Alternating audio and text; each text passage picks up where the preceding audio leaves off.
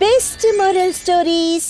పుట్టినప్పుడే తల్లిదండ్రుల్ని పోగొట్టుకున్న అభాగ్యుడు సూరిబాబు చిన్నప్పట్నుంచి ఆ పని ఈ పని చేసుకుంటూ ఆత్మాభిమానంతో బతుకుతూ ఉండేవాడు. అలా తిరుగుతూ తిరుగుతూ రకరకాల పనులు చేసుకుంటూ రామాపురానికి చేరుకున్నాడు. ఆ ఊర్లో షావుకారైన పట్టాభిరామయ్య దగ్గరికి వెళ్ళాడు. పట్టాభిరామయ్య వరండాలో కూర్చొని ఏదో ఆలోచిస్తున్నాడు. అయ్యా, నమస్కారమయ్యా అంటూ చాలా వినయంగా చెప్పాడు. పట్టాభిరామయ్య అతని వైపు చూశాడు. ఎవరయ్యా నువ్వు? ఊరి కొత్తలా ఉన్నావ్? ఆకలిగా ఉందా? భోంచేస్తావా? ఏం కావాలి? అయ్యా, నా పేరు సూరిబాబు. నాకు ముందు వెనక ఎవ్వరూ లేరు. నాకన్నమక్కర్లేదయ్యా అని కొంచెం గౌరవంగా వంగి నమస్కరించి చెప్పాడు. అయితే ఇంకేం కావాలయ్యా? ఇక్కడికెందుకొచ్చావు? అయ్యా, ఈ ఊర్లో ఏదైనా పని దొరుకుతుందేమో అని వచ్చాను. కొత్తవాడికి పనేలా ఇవ్వాలి? నేను ఊరికి కొత్తగాని పనికి కొత్త కాదయ్యా. ఒక్క అవకాశం ఇవ్వండయ్యా అంటూ ప్రాధేయపడ్డాడు. సూరిబాబు చెప్పిన మాటలు షావుకార్కి నమ్మకం కలిగించాయి. సరేనయ్యా, వరి పొలంలో పని చేసుకో. కాని జాగ్రత్త, ఏ చిన్న పొరపాటు జరిగినా వెంటనే పనిలోంచి తీసేస్తాను అని చెప్పాడు. ఆ రోజు సూరిబాబు సంతోషం ఆకాశాన్ని తాకింది. కాని ఎవ్వరికీ తెలియని విషయం ఏంటంటే సూరిబాబుకి చెముడు. ఎవ్వరికీ చెప్పలేదు. తన లోపాన్ని తనలోనే దాచుకున్నాడు. అమ్మయ్యా, పని దొరికింది. నా చెవుడు గురించి తెలిస్తే ఈ పని పోతుందేమో. ఇది మాత్రం ఎవ్వరికీ తెలియనివ్వకూడదు అని మనసులో ఎప్పుడూ భయపడుతూ ఉండేవాడు. ఎదుటివారి పెదాల్లో కదలికని బట్టి సూరిబాబు అర్థం చేసుకునేవాడు. రేయ్ సూరి, వరి పొలంలో కాస్త కలుపుతీ అని చెబితే ఆ పెదాన్ని జాగ్రత్తగా పరిశీలించేవాడు. అప్పుడు దానికి సమాధానమిచ్చేవాడు. ఒకవేళ వినబడకపోతే దాన్ని ఎలాగోలా మభ్యపెట్టేవాడు. ఏదో ఆలోచిస్తున్నానయ్యా, చెప్పండి, ఏదో అన్నారు అంటూ దాన్ని అందంగా మలిచేవాడు. కాని పని మాత్రం ఒళ్ళు దగ్గర పెట్టుకుని చాలా జాగ్రత్తగా చేసేవాడు. 2 రోజుల్లో చేసే పని 1 రోజులో చేసేవాడు. ఒకరితో వంతులు పెట్టుకోకుండా తన పని తాను జాగ్రత్తగా చేసేవాడు. పట్టాభిరామయ్య చెప్పిన పని మాత్రమే కాకుండా తనకొచ్చిన ప్రతి పనిని జీతం కోసం ఆశించకుండా చాలా జాగ్రత్తగా చేసేవాడు. దాంతో సూరిబాబు మీద పట్టాభిరామయ్యకి మంచి నమ్మకం కుదిరింది. ఒకరోజు పట్టాభిరామయ్య భార్య సీతాదేవి భర్త దగ్గరకొచ్చింది. ఏమయ్యా, పక్కూర్లో ఉండే మా అన్నయ్య ఇంటికి తీసుకెళ్తా అన్నారు అని మామూలుగా చెప్పింది. అయ్యో, కరణంగారు పిలిచారు. అత్యవసరంగా సమావేశం ఉందట. పంటల మీద చాలా ముఖ్యమైన సమాచారం చెప్పాలంట. మా పుట్టింటికి వెళ్ళాలి అనుకున్నప్పుడు మాత్రమే మీకిలాంటి పనులుంటాయి. అది కాదు సీత, పొలం మీద వేసే పన్నుల గురించి మాట్లాడాలి.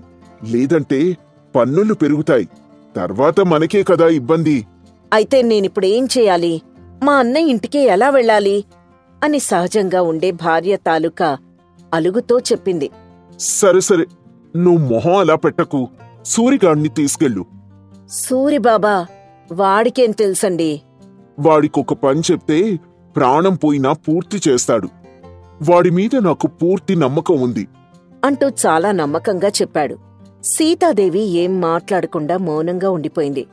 రేయ్ సూరిబాబు, ఇలా రా. అమ్మగారిని ఊరికి తీసుకెళ్ళు అని పని అప్పచెప్పి పంపించాడు. దాంతో వెంటనే సూరిబాబు అమ్మగారిని తీసుకుని గుర్రబ్బండిలో పక్కూరికెళ్ళాడు. సీతాదేవికి ఏం జరుగుతుందో అని చాలా జాగ్రత్తగా తీసుకెళ్లాడు. అమ్మా, పెద్దయ్య గారిల్లొచ్చిందమ్మా అని చాలా వినయంగా చెప్పాడు.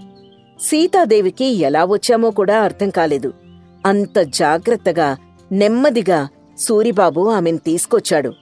అబ్బా, చాలా నెమ్మదిగా గుంతల్లో పడకుండా తీసుకొచ్చావురా, శభాష్ అని మెచ్చుకొని సీతాదేవి వాళ్ళ అన్నయ్య ఇంటికి వెళ్ళింది. సీతాదేవి ఏదో మాట్లాడింది అని సూరిబాబుకు అర్థమైంది. కాని ఏం మాట్లాడిందో పూర్తిగా తెలియలేదు.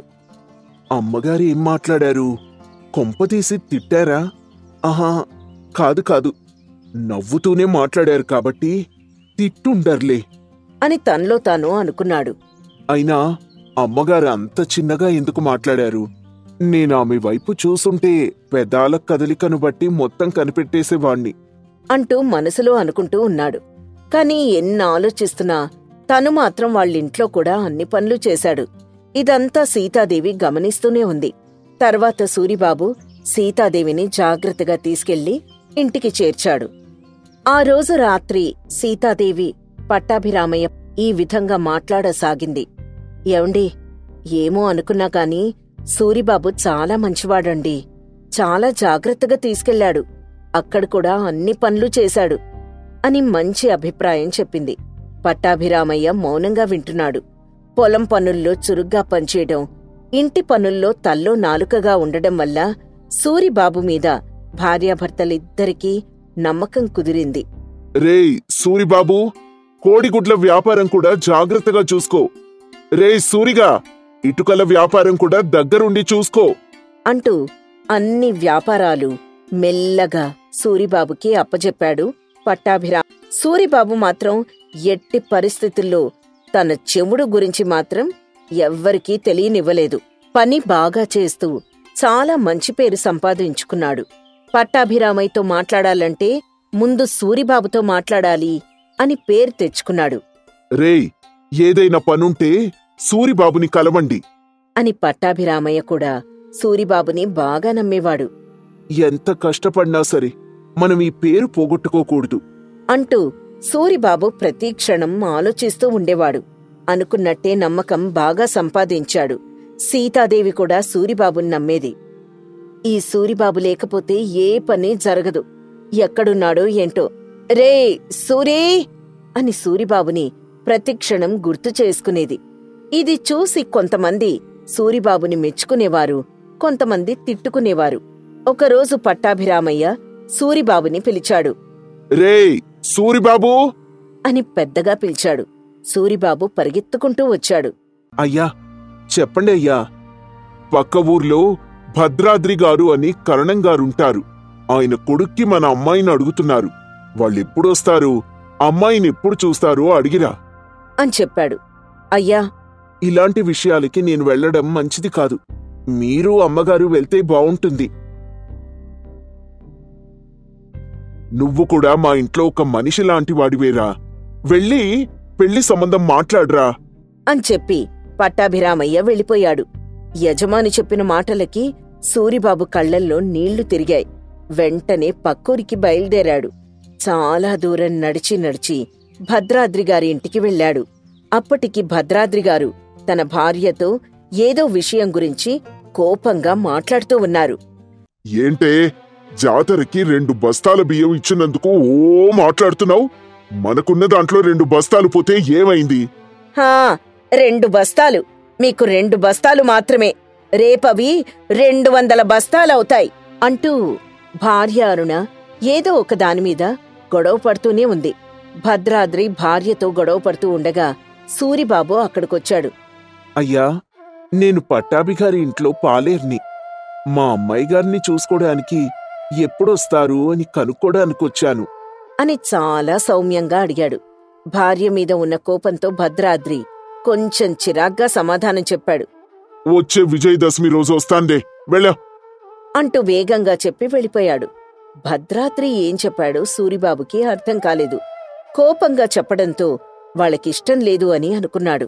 వెంటనే మళ్లీ ఆ ఊరికొచ్చి ఈ విషయం పట్టాభిరామయ్యకి చెప్పాడు. ఏంటి, మనమ్మాయి వాళ్ళకి నచ్చలేదా? దశమి రోజు ముహూర్తాలు పెట్టుకుందామని చెప్పాడే, ఎందుకలా అన్నాడు? సర్లే, నేను కనుక్కుంటాన్లే అని ఆలోచించాడు. ఆ తర్వాత రోజు పట్టాభిరామయ్య భద్రాద్రి దగ్గరికి వెళ్ళాడు. కాని అక్కడ ఏ విషయం జరిగిందో తను తెలుసుకున్నాడు.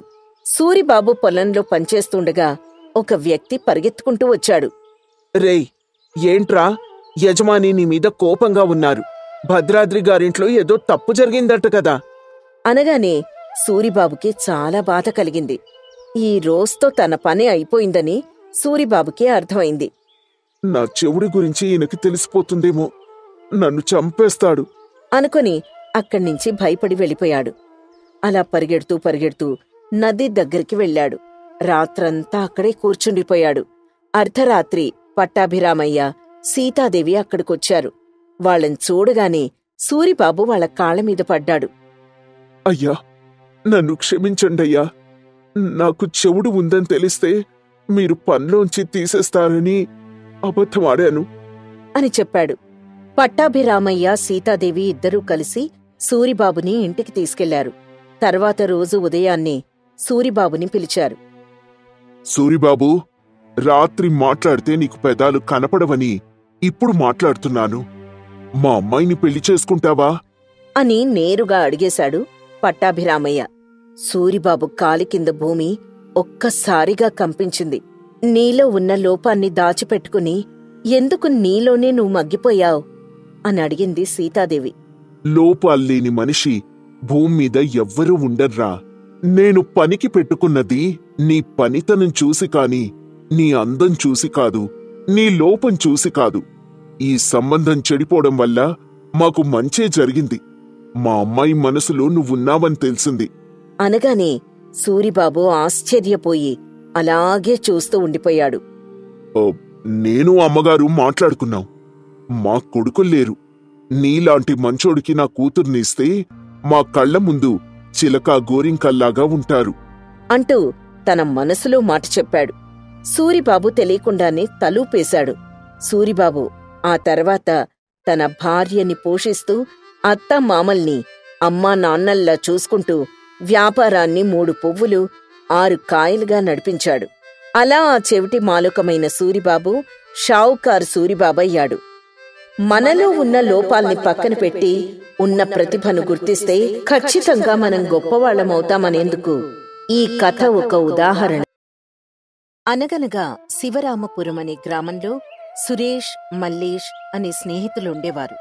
వీళ్ళిద్దరూ తమ ఊర్లో వ్యవసాయం చేస్తూ జీవనం సాగించేవారు. సురేష్ కండలు తిరిగి బలంగా ఉండేవాడు. తను చాలా శక్తివంతుడు. సురేష్ తనని ఎవరూ ఎదిరించలేరు అని గర్వంతో ఉండేవాడు. కాని మల్లేష్ అలా కాదు. తను చూడ్డానికి సన్నంగా ఉన్నా చాలా తెలివైనవాడు. ఇలా వారి స్వభావాలు వేరైనా ఇద్దరూ ప్రాణ స్నేహితులుగా ఉండేవారు. ఇలా కొద్ది రోజులు గడుస్తూ ఉండగా ఒకరోజు మల్లేష్ ధాన్యం బస్తాలు ఎడ్లబండి మీద వేయవలసొస్తుంది.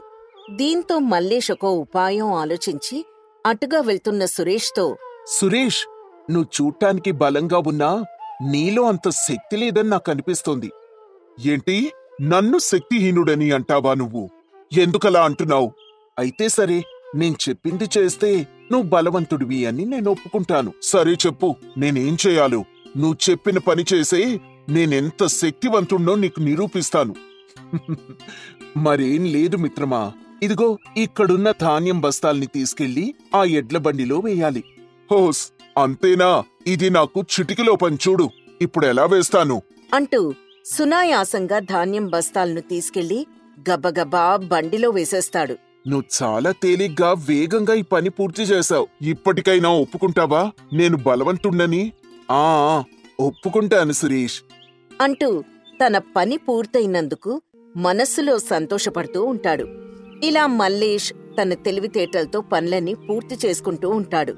ఇలా కొంతకాలం గడుస్తూ ఉండగా ఆ ఊర్లో వర్షాలు పడక కరువు సంభవించింది. సాగు భూములన్నీ బీడు భూములుగా మారిపోయాయి. దీంతో ఊర్లో ఎవ్వరూ వ్యవసాయం చేయలేక పన్లకు వలస వెళ్ళిపోతారు. దీంతో సురేష్, మల్లేష్ కూడా వ్యవసాయాన్ని వదిలి పనికోసం పొరుగురికి బయలుదేరతారు. ఇలా సురేష్, మల్లేష్ అడవి గుండా ప్రయాణిస్తూ ఉండగా మార్గ మధ్యంలో వారిని బందిపోట్లు అనుసరిస్తూ ఉంటారు. ఇది గమనించిన మల్లేష్ సురేష్తో, ఏరా, నీకు సరిగ్గా గుర్తుందా? ఆ మూటని మనం ఎక్కడ పెట్టాము? అసలే నీకు మతిమరుపు. ఏం మాట్లాడుతున్నావురా? అసలు మూటేంటి? అప్పుడే మర్చిపోయావా? అదేరా, మనకి దారిలో దొరికిన బంగారు మూట. దాన్నెవరో జారు విడిచినట్టున్నారు. అందుకే అది మనకి దొరికింది. బంగారు మూటనా? మనకు దొరికిందా? ఎప్పుడు? ఇప్పుడు వేళాకోళవేంట్రా? మన మాటలు ఎవ్వరూ వినడం లేదులే కాని ఆ బంగారు మూటను మర్రి చెట్టు కింద గొయ్యి తీసి పాతి పెట్టాం కదా. మనం మన పని ముగించుకుని తిరుగు ప్రయాణం అయ్యేటప్పుడు దాన్ని మనతో పాటు తీసుకెళ్లిపోదాం. హా, సరే సరే అంటూ తనకేమీ అర్థమవ్వకపోయినా తల ఊపాడు సురేష్. ఆ మాటలు విని దొంగలది నిజమే అన్నమ్మి అక్కడ్నించి వెనక్కి బంగారం కోసం వెళ్ళిపోతారు. దీంతో సురేష్, మల్లేష్ ప్రమాదం నుంచి తప్పించుకున్నందుకు సంతోషపడి వేగంగా ఊరికి చేరుకుంటారు. ఊరు చేరుకున్నాక వారొక భవనం వద్ద కూర్చొని విశ్రాంతి తీసుకుంటూ ఉంటారు. తర్వాత సురేష్కు బాగా ఆకలేస్తుంది. దాంతో అటుగా వెళ్తున్న ఒక పెద్దాయన్ని పిలిచి ఆయనతో, ముసలోడా, నాకు బాగా ఆకలేస్తోంది, తినడానికి ఏమైనా ఉంటే తీసుకురాపో. ఏంటి, ఒక మర్యాద కూడా లేకుండా నన్నే భోజనం తెమ్మంటావా? నీకా? ఎందుకు మర్యాద ఇవ్వడం? నువ్వేవైనా రాజుగారివా? అంటూ వేళాకోళం చేస్తాడు సురేష్. దాంతో పెద్దాయన, నీకెంత ధైర్యం? మా ఊరికే వచ్చి నన్నే వేళాకోళం చేస్తావా? అంటూ కోపగించుకుంటాడు. ఏయ్, నువ్వు నాతో తలపడగలవా? నిన్ను నా ఒక్క చేతితో ఓడించగలను అంటూ తన పైకి వెళ్డానికి ప్రయత్నిస్తాడు సురేష్. చూడు, నేనేంటో ఇప్పుడే నీకు చూపిస్తాను అంటూ ఊళ్ళో వాళ్ళందర్నీ అక్కడికి పిలుస్తాడు పెద్దాయన. దీంతో ఊరి జనం అందరూ కలిసి సురేష్ని పట్టుకుని కొట్టబోతూ ఉంటారు. దాన్ని చూసిన మల్లేష్ మధ్యలోకొచ్చి, అయ్యా ఆగండయ్యా, మా మిత్రుడు చేసిన తప్పుకి నేను క్షమాపణ చెప్తున్నాను. తనకు ఆకలి ఎక్కువగా ఉండడం వల్ల విచక్షణ కోల్పోయి మీతో ఏవేవో మాట్లాడాడు. మీరు పెద్ద మనసుతో అర్థం చేసుకుని ఈ ఒక్కసారికి వదిలేయండయ్యా అంటూ వారిని ప్రాధేయపడతాడు. ఆ మాటలు విన్న పెద్దాయన మల్లేష్తో, సరే, నువ్వెంతగా చెప్తున్నావు కాబట్టి ఈ ఒక్కసారికి విడిచిపెడుతున్నావు అంటూ అక్కడ్నించి అందరూ వెళ్ళిపోతారు. చూడు సురేష్, ప్రతి సందర్భంలోనూ మన కండబలం పనికిరాదు. కాబట్టి ఏ మనిషికైనా మనం వారికి తగినంత మర్యాద ఇవ్వాలి. అప్పుడే వాళ్ళు మన మాట వింటారు అని చెప్తాడు మల్లేష్. చూడు, నువ్వు నాకు నీతి బోధలు చేయకు మిత్రమా. నేను తలుచుకుంటే వాళ్ళందర్నీ ఇక్కడే శిక్షించగలను. కాని ఇంతలోనే నువ్వొచ్చి అడ్డుపడ్డావు అంటూ తను చేసిన పనిని సమర్థించుకుంటాడు. దీంతో మల్లేష్ వీడిక మారడు అనుకుని తన ఆకలిని గ్రహించి ఒక ఇంటి ముందుకు వెళ్లి అక్కడున్న ఒక ముసలావిడితో, అమ్మా, మేం చాలా దూరం నుండి వచ్చాం. నా స్నేహితుడు ఆకలితో బాధపడుతున్నాడు. మీ ఇంట్లో ఏదైనా ఉంటే కొద్దిగా ఆహారం పెట్టండమ్మా అని అడుగుతాడు. దీంతో ఆవిడ లోపలికి వెళ్లి ఇంట్లో ఉన్న పళ్ళను తీసుకొచ్చి మల్లేష్కిస్తుంది. కృతజ్ఞతలమ్మా. అమ్మా, ఈ ఊర్లో ఏవైనా పని దొరుకుతుందా? మా ఊర్లో పనుల్లేక చాలా దూరం నుండి వచ్చాం. అలా అయితే మీరు రాజుగారి దగ్గరికి వెళ్ళండి, మీకాయన పని కల్పిస్తారు అంటూ చెప్పి లోపలికి వెళ్ళిపోతుంది ముసలావిడ. దాంతో మల్లేష్ పళ్ళం తీసుకొచ్చి సురేష్కి కొన్ని ఇచ్చి మిగిలినవి తను తింటాడు. తర్వాత ఇద్దరూ కలిసి మహారాజు వద్దకు నమస్కారం మహారాజా. నమస్కారం. ఎవరు మీరు? ఎందుకిలా వచ్చారు? మహారాజా, మాది శివరాంపురం అని పక్క గ్రామం. మేం వ్యవసాయం చేస్తాం. కానీ ఈ సంవత్సరం వర్షాలు పడక పంటలు బాగా పండలేదు. కాబట్టి మీ ఆస్థానంలో మాకేదైనా పని కల్పిస్తారని ఆశతో వచ్చాం. నేను చాలా బలశాలిని. మీరెంత పని అప్పగించినా నిమిషాల్లో పని పూర్తి చేసేస్తాను అంటూ తన గురించి గొప్పలు చెప్పుకున్నాడు సురేష్. సురేష్ గర్వాన్ని గ్రహించిన రాజు తనకి ఎలాగైనా కనువిప్పు కలిగించాలనుకుంటాడు. ప్రభు, మీరు చాలా దయాగుణం కలవారు అని విన్నాను. మీలాంటి రాజుగారి వద్ద పనిచేస్తే మేం చాలా అదృష్టవంతులమని భావిస్తాం. కాబట్టి మీరెలాగైనా దయచేసి మాకు పని కల్పించండి ప్రభు అన్నాడు మల్లేష్. ఇంతలో అక్కడికి ఇద్దరు అన్నదమ్ములు వస్తారు. ఏమైంది? ఎందుకొచ్చారు? ప్రభూ, మాకు తాత ముత్తాతల కాలం నాటి బంగారు ఆభరణాలు వారసత్వంగా వస్తున్నాయి. కాని నిన్న రాత్రి మేం పక్క ఊరికి వెళ్ళాం. ఉదయం వచ్చి చూసేసరికి మా ఇంట్లో బంగారు ఆభరణాలు ఎవరో దొంగలెత్తుకెళ్ళిపోయారు. కాబట్టి మీరే ఎలాగైనా మా బంగారు ఆభరణాలు వెతికి పెట్టించండయ్యా. విన్నారుగా, ఈ బంగారం వెతికిపెట్టి దొంగ ఎవరో కనిపెడితే మీకు మా రాజ్యంలో పని కల్పిస్తాను. సరే మహారాజా అన్నాడు మల్లేష్. దాంతో అక్కడ్నించి మల్లేష్ అన్నదమ్ముల ఇంటికి వెళ్తాడు. అక్కడున్న పరిసరాలు మొత్తం గమనించి దొంగెవరో కనిపెట్టి ఆ బంగారు మూటను తెచ్చి మహారాజుకి అప్పగిస్తాడు. శభాష్, నువ్వీ పనిని సాధించావు. దొంగెవరో కనిపెట్టావా మల్లేష్? కనిపెట్టాను మహారాజా. అతను మరెవరూ కాదు, ఇతని సొంత తమ్ముడే. ఏంటి నువ్వు చెప్పేది? ఇద్దరూ కలిసి కదా నా వద్దకు దొంగతనం గురించి చెప్పడానికొచ్చారు? అవును మహారాజా. అలా రాకపోతే ఇతనే దొంగ అని అనుమానం వస్తుందేమో అని మీ వద్దకు వచ్చాడు. ఇతనే దొంగ అని నువ్వెలా కనిపెట్టావు?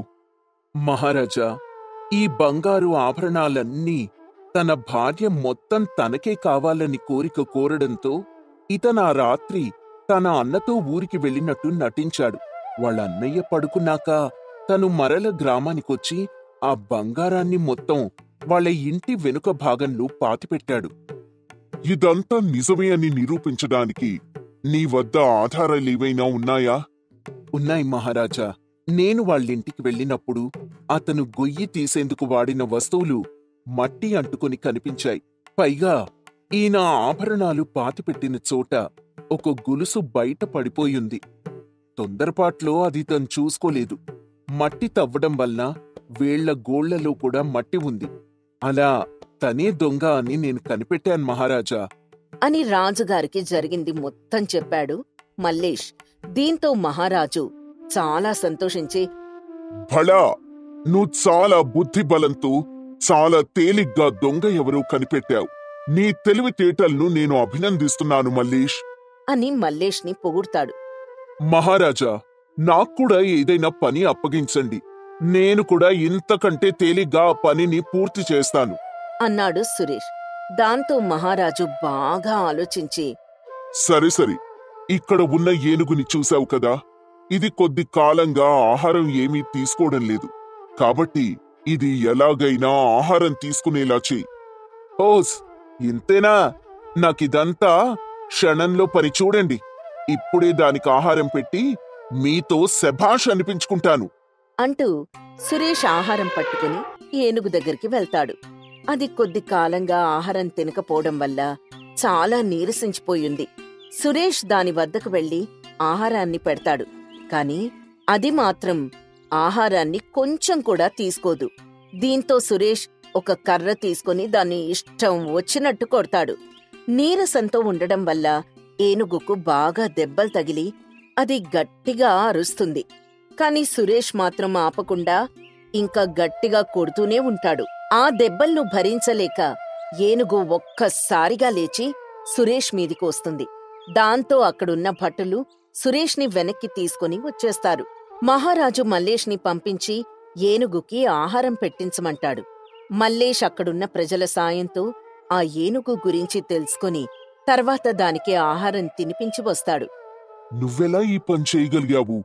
గత కొద్ది రోజులుగా చాలా మంది దీనికి ఆహారం తినిపించడంలో విఫలమయ్యారు. కాని నువ్వు మాత్రం చాలా తేలిగ్గా ఆహారం పెట్టావు. అసలిది ఎలా సాధ్యమైంది మల్లేష్? మరేం లేదు మహారాజా. దీనికి ఆహారం పెట్టి దీని యజమాని అంటే ఈ ఏనుగుకి చాలా ఇష్టం, ప్రేమ కూడా. అతను వచ్చి ఆహారం పెడితే గాని ఈ ఏనుగు తినేది కాదు. అలాంటిది అతను చనిపోవడం వల్ల ఏనుగు అతని మీద చాలా బెంగ పెట్టుకుంది.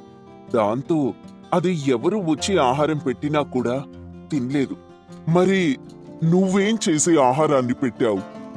మహారాజా, జంతువుల పట్ల మనం ప్రేమని కలిగి ఉంటే అవి కూడా మన పట్ల ప్రేమను కలిగి ఉంటాయి. నేను దాని దగ్గరికి వెళ్లి తన యజమాని ఎలా అయితే దాంతో ప్రేమగా మసులుకునేవాడో అలాగే ప్రేమగా హత్తుకున్నాను. కాబట్టి అది నన్ను నమ్మింది. నాలో తన యజమానిని చూసుకుంది. దీంతో నేను పెట్టిన ఆహారాన్ని తీసుకుంది అంటూ వివరిస్తాడు. దానికి మహారాజు చాలా ఆనందించి, చాలా సంతోషంగా ఉంది మల్లేష్. ఎంతో మంది చేయలేని పనిని నువ్వు చేసి చూపించావు. నువ్వు చాలా తెలివైన వాడివి. చూడు సురేష్, ప్రతి విషయంలోనూ కండబలం ఒక్కటే సరిపోదు. దాంతోపాటు బుద్ధిబలం కూడా ఉండాలి. నీ మిత్రుడు తన బుద్ధిబలంతో ఎంతటి కష్టమైన పనినైనా సులువుగా చేసేస్తాడు అంటూ సురేష్కి హితబోధ చేస్తారు మహారాజు. దీంతో సురేష్ చాలా సిగ్గుపడి, నన్ను క్షమించండి మహారాజా. నాకున్న బలంతో దేన్నైనా సాధించగలను అని ఇంతకాలం గర్వంగా ఉన్నాను. ఇప్పటికి నాకు జ్ఞానోదయమైంది అంటూ తను చేసిన పనికి తలదించుకుంటాడు సురేష్. దీంతో రాజు సురేష్ని క్షమించి సురేష్ని మల్లేష్ని తన రాజ్యంలో తగిన పనిలో